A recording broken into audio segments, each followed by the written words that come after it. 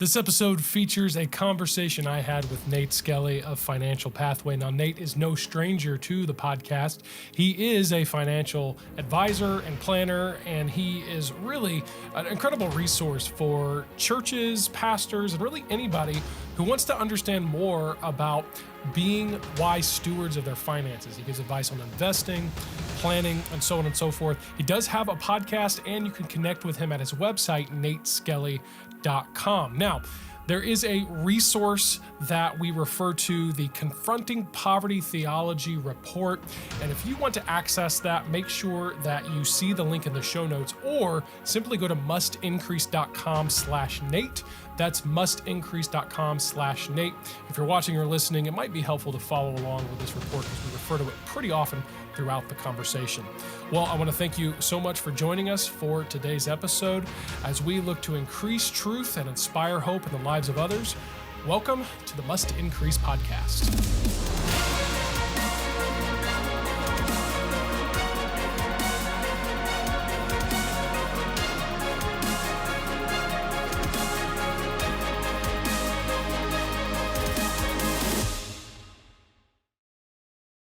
I know that's a very broad answer to the question you asked me there, but getting back to it, like I said, I'm more fascinated with the concept of poverty theology, and then a lot of your findings here on how people see it, and then I really am looking forward to kind of the discussion of like how do we, I guess, overcome it or see it differently.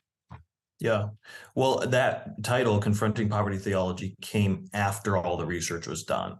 Because I didn't want to say, here's where I'm going with this. Yeah. Like, I didn't want to have an end in mind. I just literally wanted to hear what the feedback was. I mean, I thought I knew what some of the things people would say would be, but it definitely clarified. And there's some things that maybe I would have listed that I thought pastors would say, and I didn't hear a whole lot. There's some other things that I would have thought wouldn't have been such a big deal, and ended up I heard it a lot.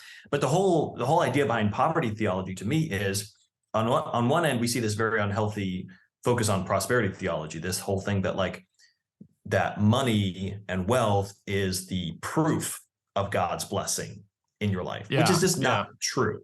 I mean, if you're wealthy and you have a lot of money, obviously that's not going to be the case without God, but that's not the proof that you're a good person or that you're living for God just because you happen to have money. Yeah. And that's what a lot of prosperity theology teachers will tell you is the reason I have a private jet, and the reason I have 45 bathrooms in my mansion, and it's because God's blessing me. It's the proof of the great faith that I have.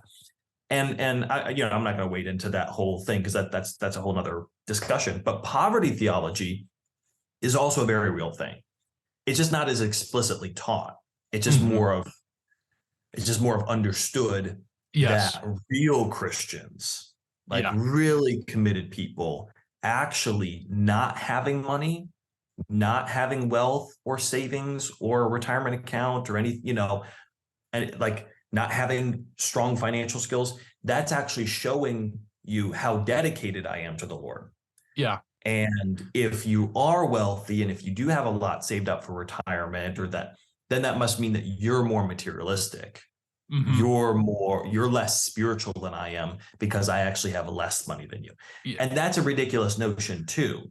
And we see both examples in the Bible. Yeah. Yeah. Well, and I was going to say, and in a lot of ways, we talk about these prosperity gospel, teachers and preachers and leaders. And, in a way, they almost are preaching both, because they're saying, hey, because they're how they've made their money by and large. I mean, they've maybe sold some books and done some things, but they're convincing people to give to their ministries.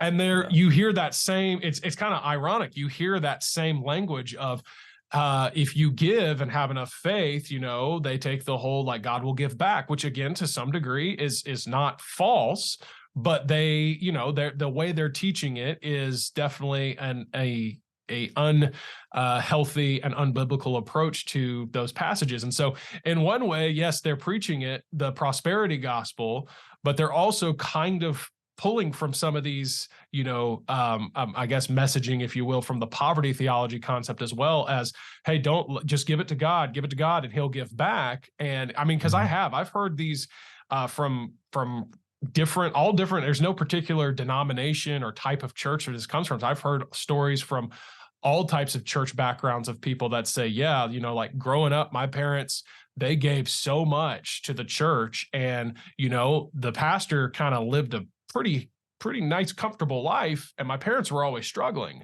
but yet they always were giving and whatever. So it is interesting how, even though they're two different viewpoints and can be two extremes, how, you know, that, like I said, the prosperity kind of pulls from a little bit of that poverty theology in order for themselves to prosper. So I don't know. I just kind of made that connection as you were talking there.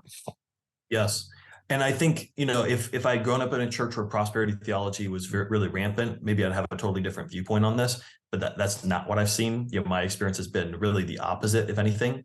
So I feel like part of my mission now is to help pastors to confront that poverty theology, to help them to understand, listen, this is not a materialistic or greedy thing. As long as you have the right motivations about it, putting money aside for retirement, saving for emergencies, being financially savvy, understanding insurance, health insurance, life insurance, like all of these things are good.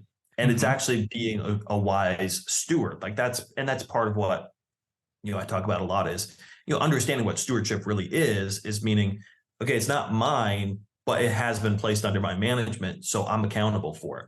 Yeah. And, you know, God's given us time. He's given us different abilities. He's given us plenty of opportunity because we live in an amazingly free and wealthy society. But he's also given us financial resources, and we've got to make the best of it. So, yeah, you may be a pastor, you may be a ministry leader, Christian school teacher, and you don't make a ton of money, but that doesn't absolve you from still trying to make good money decisions. Maybe you can't do as much as this guy over here is an executive at his company, but you still can be smart with your money, and you can still, to the best of your ability, try to make those good money decisions. So that was really my angle with that title. Yeah. So let's kind of move through again. If you want to get this report here, you can well, like I said, we'll link to it in the show notes so you can access it. And I'm just going to kind of there's these different challenges that you go over. So, you know, challenge, and we've kind of alluded to some of them, but challenge number one is when it comes to, you know, this concept of poverty theology and what pastors are struggling with when it comes to their financial stability. That is going to be the below average pay, and you've really got some good numbers here and data. And so, yeah, I'll let you kind of hit the high points of this first challenge. Yeah, I think this comes as no surprise, especially if you're in ministry. The pay is usually not great. Now, some ministries do a great job, and they really do take care of their folks, and that's great. That's just not the norm. What usually happens is when you go into ministry, you don't usually jump into a senior pastorate role, or at least if you do, it's probably at a pretty small congregation, right? So either you're coming in maybe doing as an associate pastor, a youth pastor, maybe teaching in a Christian school, and those jobs are almost always at a very low end of the pay scale. So this is the story I've heard over and over again. Went to Bible college, went to seminary, graduated, jumped into the first role in one of those types of roles, and just really for the next 10 to 15 years, just struggled to keep your head above water. Usually what happens is both husband and wife have to work at first before kids come into the picture. That, you know, maybe they both teach at the Christian school, or maybe one's in ministry, the other one's, you know, maybe like a receptionist or secretary, or even works outside the home. But especially if you're both in ministry, those two ministry salaries combined basically add up to one regular salary a lot of time. So you're doing okay, but it means both of you have to be, you know, rowing as hard as possible. Then kids come into the picture. So then there's a big regression, because now there's extra expenses. Then that also means one spouse is either going to drop to part-time or maybe just drop out of work altogether. And it usually is not until, you know, for the guys that I'm talking to, usually it's 35 to 40 that they're finally in a position where maybe they're in a senior pastorate, or they're in a role where they actually are being paid a decent salary for the first time in their life. And I say decent, not as in like it's a huge salary. It's just like it's an okay salary. And now they've just begun to think about trying to save for retirement, and they feel like, man, I'm just behind the 8 ball now because I didn't do anything for the first 15 years of my career. And now I don't know. What do I need to do? Am I actually going to be able to retire? Like, how much do I need to do? So these are conversations I'm having all the time. I looked up some salary numbers. This is interesting. It's in the report. Yep. Average youth pastor salary, this is from PayScale, is just below 40,000 a year for youth pastor. Senior pastor is 50,000 a year. Now that's average. Obviously, if you live in Arkansas, 50,000 is probably okay. If you live in California or Massachusetts, no, it's not. Yeah. Yeah. So I understand there's a little bit of swing depending on where you're living, but here's what I found interesting. Then I was like, okay, let me just see what some comparable salaries would be. Average elementary teacher makes 48,000. Yeah. And that would be obviously not a Christian school. That would be your public school teacher. School. Yeah. Yeah. Yeah. So think about that. We're paying senior pastors about the same as we pay our local third grade teacher. Now, I think third grade teachers are amazing and probably should be paid more than that. But I think that should be like that sort of alarm bell to think, okay, do most senior pastors, do we require more time, expertise, education, responsibility, being on call, like that? Like, I think that the responsibility level, the resume that we're looking for a senior pastor is probably way more in depth than an elementary school teacher, but yet we're paying them essentially the same. And not to mention that your senior pastor is working 12 months out of the year, where your elementary teacher is working 10. I mean, that's something a lot of people, when it comes to teachers, they don't even consider that part, Right. And so, that is, I mean, it's a little bit more for the senior pastor, the exact of the report. But when you take these other things you're talking about in consideration, it just doesn't seem fair, Yeah. I think a pastor's job is probably more aligned with, you talk about level of responsibility with maybe like a school administrator or a mid-level manager of a large corporation. Their salaries are significantly higher. And I put them in that report, 64,000 for a school administrator, 75,000 for mid-level manager. So I just think there's a big gap there in the responsibility and value we're looking for in the position and what the pay commands. Again, is this like the point behind this research was not to be like, oh, so pastors can just say, oh, woe is me. Isn't it just so terrible for us pastors? We don't make a lot of money. Because again, it's not about the money, but here's my issue with all of this. It's a two-way street, right? Like, pastors should be, if that's what God's called them to do and they have a heart to help people and teach and preach the gospel, then great. They should be willing to do that even if the money is not great. But who is controlling the other side of that equation? Who is setting those levels? It's churches. It's whether it's at a denominational level or at a local congregation level, it's up to the people as far as how much they're going to be paid. Now, if it's a really small congregation and the giving is pretty minimal, I get it. Like, not every pastor is in a position where the church can pay them, and many are bivocational, co-vocational, and that's wonderful. So I'm not really speaking to that necessarily. I'm more speaking to the more established ministries that have the financial means to do something, but are not. And generosity is a two-way street. If we want the pastor to say, hey, give of your attention and your life and your energy to help and minister to us, but yet we're not going to be willing to really pay you in line with what we're asking you to do. And I think that's the disconnect here.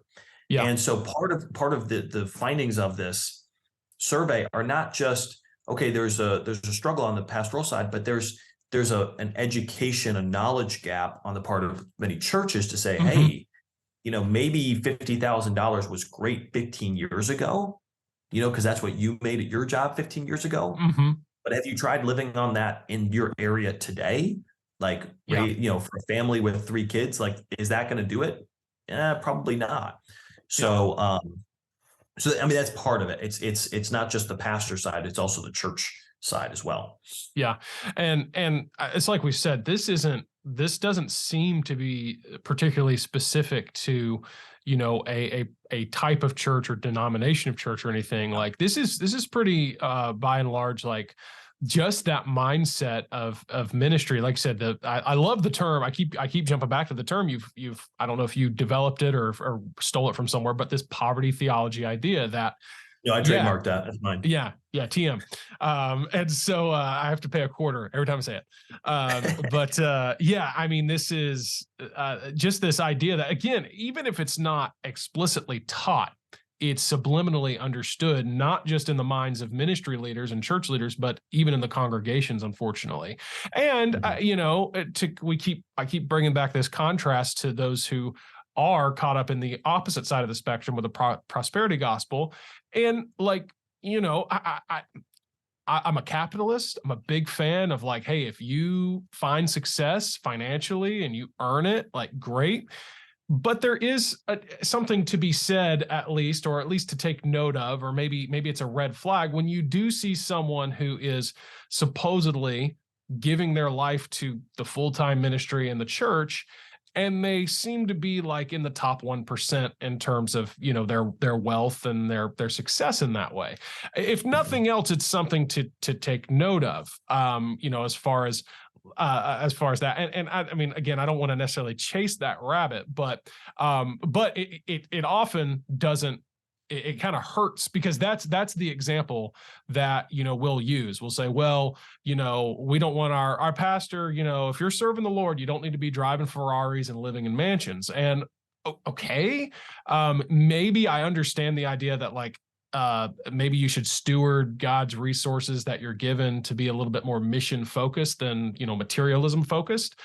But all that to say, it's a you've said it. It's a mindset. It's a mindset that both the church leaders and really most of the congregations have. And so I'm going to kind of use that to transition into the second challenge you highlight here, which I think we've already again started to touch on, is this lack of educational resources, in that, most of the pastors, they've received little to no financial education as part of their, ministry training. And again, being someone who went through, I mean, you and I went to Bible college, did the ministry training thing. I remember one class on finances. It was just, basic church. It's basically an accounting class, retitled and structured to kind of fit the, hey, here's how it works at churches. And, it was good. It was helpful, but it's all that was offered. And so, there's this lack of educational educational cover any resources. Personal finances. Yeah, I remember it was, they talked about setting a personal budget, kind of like Dave Ramsey 101 type stuff. But I remember and I don't remember much about the class, if I'm honest. But I don't remember much talk about retirement and investment. I think it was touched on, but, it was really, but what they focused on was, budgeting, because that was the idea was, hey, you're going to be in ministry. You're not going to be like making a lot of money. So you need to live on a budget so that you can survive. And so, that by and large, again, a lack of educational resources, when it comes to your financial understanding finances and everything, because Nate, again, it wasn't until I really got introduced to you that I started to even grasp what investing and kind of, long-term financial planning and preparation was. And so anyways, I'll let you kind of dive into what you've got here for the second challenge. Yeah, when I asked that question in the survey, only 10% of respondents, people that responded, those guys, I don't know what the right word is, said that they were taught about personal finances as part of their ministry training, and that it was helpful for them. Some said that they think it was touched on, but like you, it was not anything that they actually benefited from. And most said they did not receive any training. So there's a big gap there. And I think that probably is part of the solution, is going right back to the source and at the jump, helping pastors to be equipped in their personal finances to understand just things like Social Security and Medicare tax, opting out of Social Security, and why I think that's actually a really bad idea. Understanding their own retirement savings, how retirement savings works, understanding some of the unique implications that using a church 403b brings. And then on top of that, yes, budgeting and tracking spending and health insurance. And I think there's just a lot of like basic touch points that it's like, this is real life. Remember, like for high school, that was always the complaint. Well, how is this going to help me in real life? Like algebra or whatever the class is. And some of those, sometimes it was just, whiny teenagers just not wanting to be in class. Yeah. But there is a validity to saying, hey, what are we teaching young people that's going to prepare them for real life? Is it all just kind of theoretical and fluff and things that are like, okay, that's great, I suppose, to expand your knowledge, but you're not going to really use this? Yeah. And I taught a consumer math class to high school students. I think that was one of the best classes I ever taught. Mm-hmm. It was on a difficulty level a lot easier. Like what had happened was it was for seniors, and either seniors could opt for whether I don't remember, it was calculus or trigonometry, but it was an honors class. Or if they didn't want to take the honors class, they could take consumer math, which I hate that it had to be a choice. Right? Yeah. I wish that the students could do both. I wish that they could take honors classes and be able to graduate with honors and get this consumer math class, because we talked about all the things that are just real life. So I think that's a big gap in that equation. A lot of pastors just don't know. So I was asking them, where do you go? Like, what sources do you use for financial education? And it was just all over the map. Like some guys look stuff up on YouTube. Some guys read books. Some guys will just talk to their friends. Some will have maybe a family member that they feel is like financially savvy. Some have a financial advisor. Like, it's just, literally Google search. Like, there's just so many places to go and find answers. And it's great if one of those happens to be a good resource, but how do you know? Like, if you've never received any training on it, you're like, I want to start a retirement account. I want to make sure my family's taken care of if something happens to me. I want to find a side source of income. Like, I just have these financial questions. Usually they're just typing it into Google, or they're just, they're sitting at lunch with their brother-in-law and like, hey, so, what do you guys do for retirement? And so maybe they're getting good info. I find a lot of times they're really not finding the best info, because they're just grabbing whatever random source. And then on top of that, so you go on YouTube and you watch a video and you're like, well, that guy sounded smart. I don't know. Yeah. It sounds like that's good, so maybe I should do that. But then you go and you hear somebody else say, never listen to that person. No, they don't know anything. Oh, you should always do this. So it's just very confusing. So even guys that they're like, okay, I know what I don't know. Yeah. But I just don't even know where to start. How do I even begin this? And then here's the other thing, Luke, that just really that's part of this collateral damage of not having education around it, is pastors are constantly getting questions, and people are seeking out counsel from them as their pastor. Hey, we're really struggling in our marriage right now. It's like this contention, like money is like real, like we're always fighting about it. Or, I want to be a giver. I'm just really not sure how to like get out of debt here. And then pastors kind of feel like, well, I'm not qualified. How can I talk to you about finances when I'm not really even sure what I'm doing here? And not that pastors, by the way, I definitely don't think if you're a pastor that you should be the financial counselor, unless that literally is part of your background and training. Yeah. But it underscores your own sort of lack of knowledge. And I just found that to come up over and over again.